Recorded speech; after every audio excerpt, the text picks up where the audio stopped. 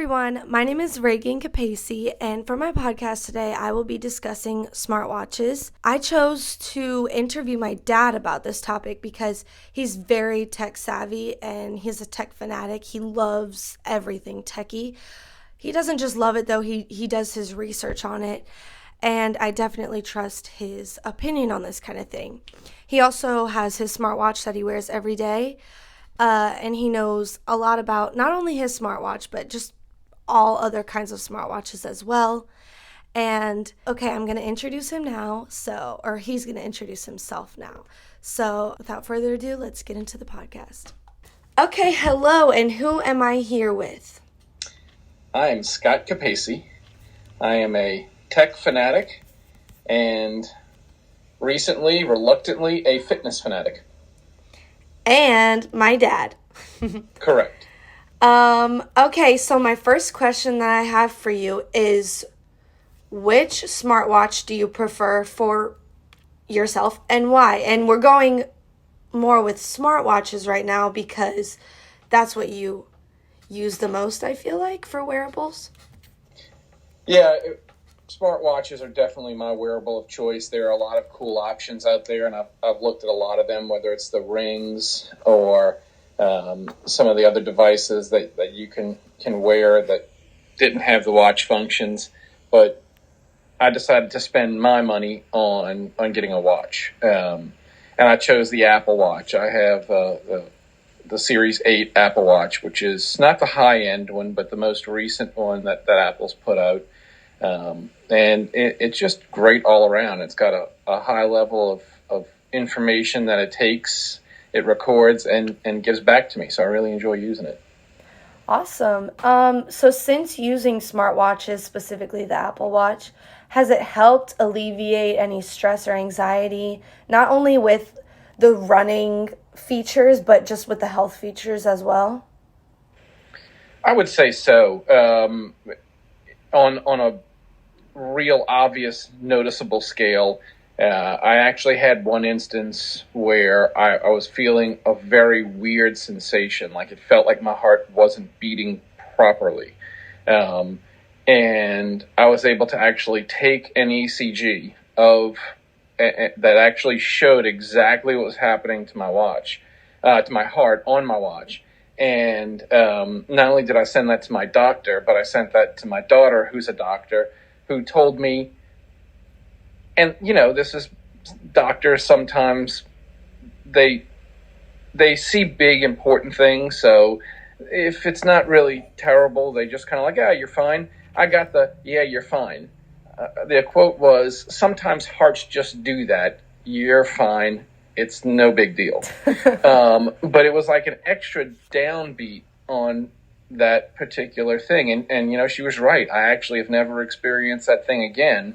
But without being able to record that, I would have not really known what was going on. It would have set me down a fairly, I think, dark path of trying to uncover what was going on, doctor's appointments that were really needless. And this was just really easy, convenient. And because I was already wearing it, because it was already part of my routine, I could just record it. That's a big scale thing. I've had a lot of other instances where I've thought, hey, is something wrong with my heartbeat right now? And I've taken it and seen that it was perfectly fine. And that was a huge relief. And then on not so obvious of a scale, but maybe even more importantly, it's given me the opportunity to really track so much of my health that I really feel like I have a better connection to what I'm doing right, what I'm doing wrong, what's working for me and what's not. And I love to see data, and I love to see feedback on what's happening.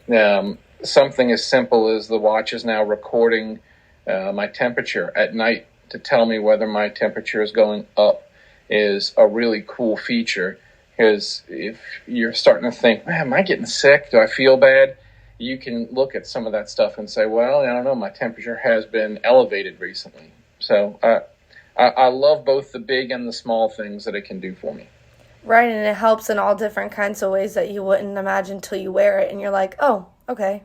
Right. So this kind of goes with my previous question. Have smartwatches changed your behavior in running, working out, or even everyday life? I know that kind of you said with, your medical issues, it did a little bit. It actually helped, but what about with working out or running? And if so, how? Well, yeah, without a doubt, it's improved things there. But, the measurements have just gotten better. But even if you went back several generations to a few of the watch functions that they had in previous generations, that it didn't record nearly as much as it does now. I'm new to running, and I would run way too fast and not know the pace that I should follow. And just something as simple as the watch telling me the pace that I'm running helped me to not sprint until I was exhausted and then have to walk. It helped me actually build endurance.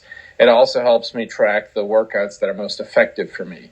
I do CrossFit as well as running, and it's really cool to see some of the data that it gives me on running, but also how effective each different CrossFit workout was in terms of calories. The next level that I think is really interesting is it also says what my heart rate zones are, so I can see how elevated my heart rate is and how long it stays in each zone, which again is very helpful information to know how hard I'm working on things. And then you can start going down that rabbit hole and seeing even more. Something that we now track as kind of a group.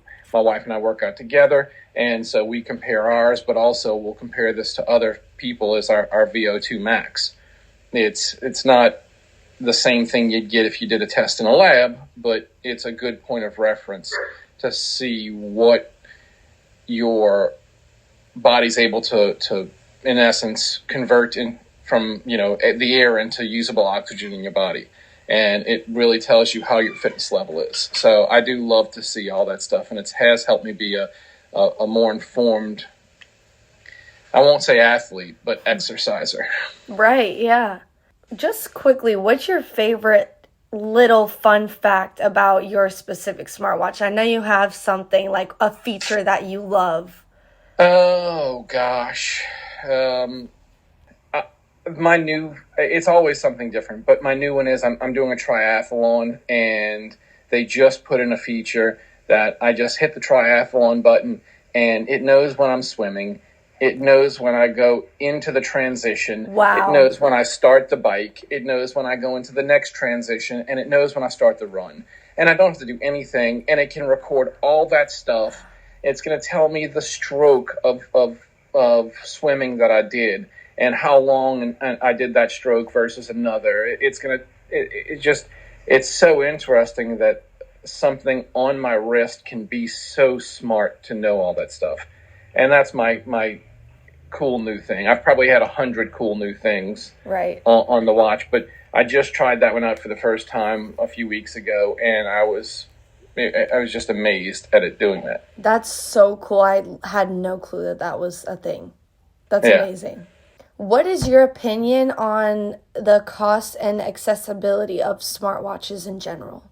Smartwatches can really be accessible to everyone. There are a lot of cool $25 ones on Amazon. They're not Apple Watches. They may not have all the same features, but they really do have a lot packed in there. You can get a decent Apple Watch for not too much money these days.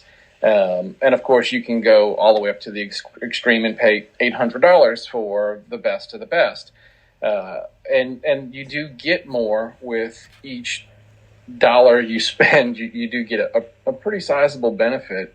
But I think almost everyone can have access to some form of smartwatch because they are very reasonable. $25 is not something that is really too big of a hurdle for almost anyone. Yeah, that's one thing I really appreciate about smartwatches specifically, because I've found that you can find those, more affordable ones. And like you said, they might not be able to do everything that the Apple Watch can do, but maybe some people don't even care necessarily about every little feature. And Right. you could find out so much just from that $25 smartwatch. I bought some for my parents when my father had a heart attack. I bought two $25 ones from them because it did record a lot of data and gave them a little insight and hopefully help them to be more aware of their health. Yeah, and some people might even prefer those very few like features that those Absolutely cheaper ones might have, which is really awesome. Okay, last question. Kind of coolest question, I think. Is there anything you personally would change or implement for the future of smartwatches? And I wanted to ask you this because I know you have ideas. Well, I do have ideas. I think the future of the smartwatch is it's boundless, really, at this point. It's going to be so big. It's bigger than people expected. There were a lot of attempts at smartwatches ever since we've had any tech. The problem was that we just didn't have anywhere near the sensors and computing power and battery capacity that we have today. So a smartwatch back when I was a kid was one that had numbers instead of dials. And then you had a calculator on your wrist, and that made you the coolest person in the room or the nerdiest. I don't know. But some of the coolest things out there are already being implemented or are already being worked on. In fact, just one of the recent updates on the Apple Watch now has a footsteps feature. And I know you're thinking, track your footsteps. No, that's not what I'm talking about. What I mean is I do a lot of hiking, and this feature lets you click a button, and it walks you back the path you came. Oh, wow. So if you get lost in the woods and you have limited connectivity, it can actually guide you back from the path that you took. And that is really an amazing feature that has already saved lives.